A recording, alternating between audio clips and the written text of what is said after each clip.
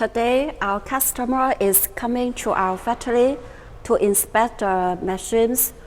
This production line is produced something like this part. This line, after inspecting, will ship to Africa. Now, I will show you the production line at our workshop.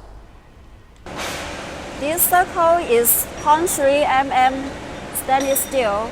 This is the final product made by this circle. This is the automatic line.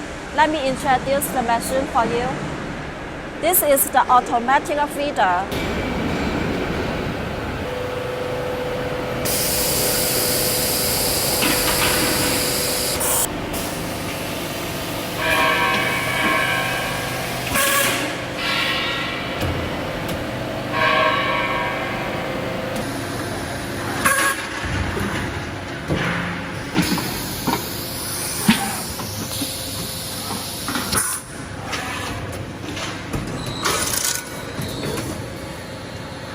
This line is special to very thin materials.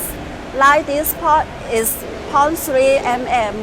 1 hour can produce about 300 pieces.